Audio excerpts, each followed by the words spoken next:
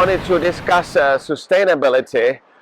I know there was a time when I had all these visions about movement in my native country, going back overseas to be a missionary, and how the big plans would not always be balanced by thinking sustainability. And so yeah, I had to learn it the hard way. After 12 years in being in the field, God somehow removed me, and that's how we came back. But I was very close to burnout, and so I had to learn the hard way. I understand this idea that we've got to make sure that our ministries are sustainable or they die.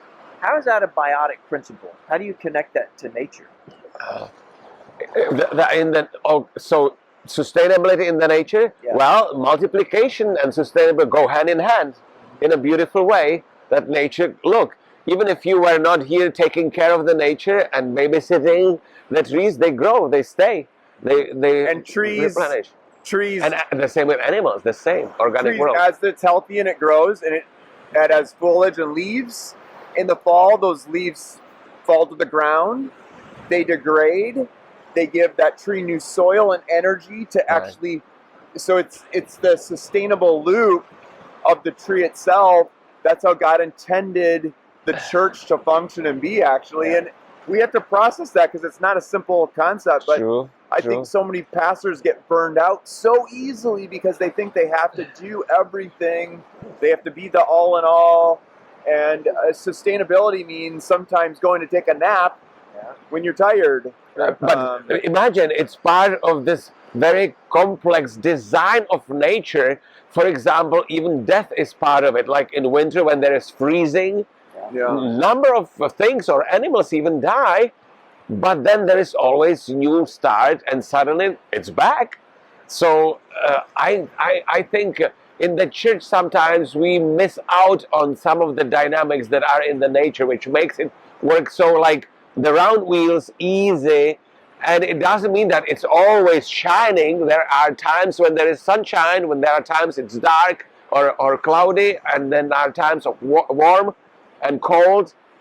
How does it apply? Yeah.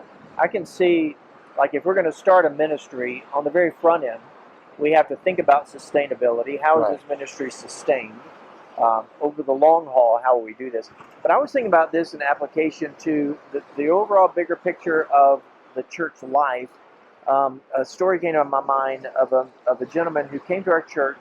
I'm going to guess he was maybe 70. My church is we have a young congregation. Our style of worship is contemporary. It has a feel that really appeals to young families, but not so much usually to senior adults. So here we have this 70-something-year-old man coming to our church, and he told me, I don't like your music. I don't like your music, he said, but I love that your church is reaching young people like my grandchildren. He said, I want to be a part of a church, and I want to support a church that's going to fulfill the mission of Jesus and reach young people with the gospel. And so he came, he plugged in, he got involved, he served, he was very active, he was a faithful giver, he served in every way. Even though he did not like our ministry style, he saw the sustainability of it in reaching the next generation, and so he wanted to be a part of that. And I think part of sustainability in the local church means I give up my rights and I give up my preferences. I think big picture, I want to be a part of something that's kingdom and that's making a difference. It's not about what I like or don't like, but it's about what is God like, what puts a smile on God's face, and how am I reaching the next generation, how am I growing people in Christ-likeness. So I like being a part of my big small group. Well, maybe that's not the best thing. I'm willing to sacrifice that. Because I want to reach more people, and I want them to experience what we experience, but there's no room for them as we are now. I got to start a new group. And that brings me back to what I started with. Was what I've learned hard way is that when you get this vision and excitement, then you have to also consider the cost and the longevity of it, right? And sometimes it slows us down, but then it probably makes it more sustainable. I want to ask you something. In the typical churches, at least in our faith tradition, pastors come and go. And so when pastors come, young ones, fresh, new, finished masters, and they have this vision, and biblically based vision, you cannot argue with that.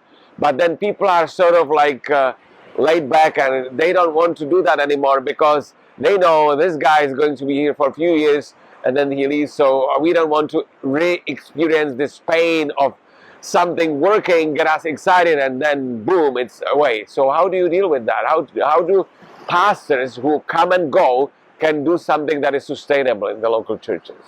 Any ideas? One thing, you better empower leaders so it's not just built on the pastor. Yeah. It's really got to be a church initiative, not a pastor initiative.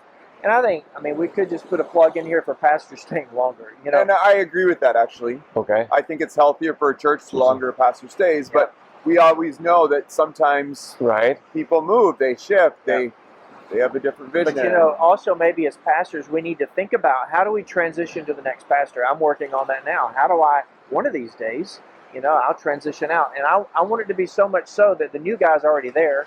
And when I leave, it's just a little bump in the road. If even that, you know, like they'll go, you know, I want when the new guy gets up to preach, I want people to be going, yeah, that's awesome. And when I get up to preach, I want them to go, oh, I wanted to hear the other guy, you know.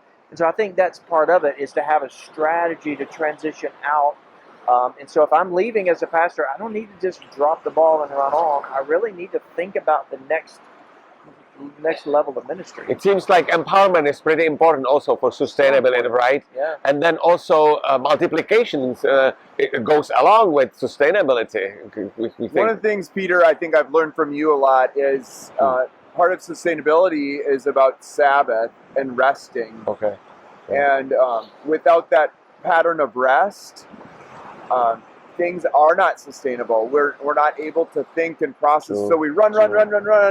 And I think that's one of the curses of people in ministry is when we just run 24/7, 7 days a week, week in, week out, and we fail to rest and to take a Sabbath.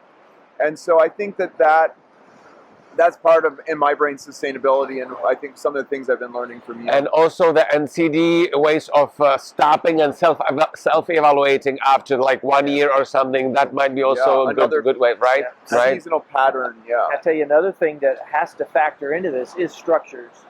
If you're going to have a sustainable ministry, you've got to have structures that are going to support sustainability.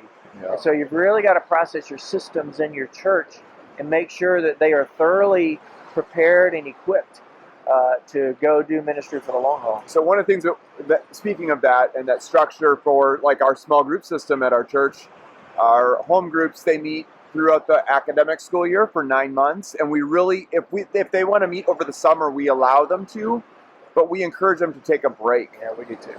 And so it gives them a season of rest and then regroup in the fall again. So I think we have to think about that. Even being out here in nature, those trees they have right now, they're just budding, and that means that they had a season of rest over the winter. True. You know? Yes. So to have more people involved in ministry, so someone can rest and someone other can take over for a while. Beautiful. Okay. Thank you. Thanks, guys. Yeah.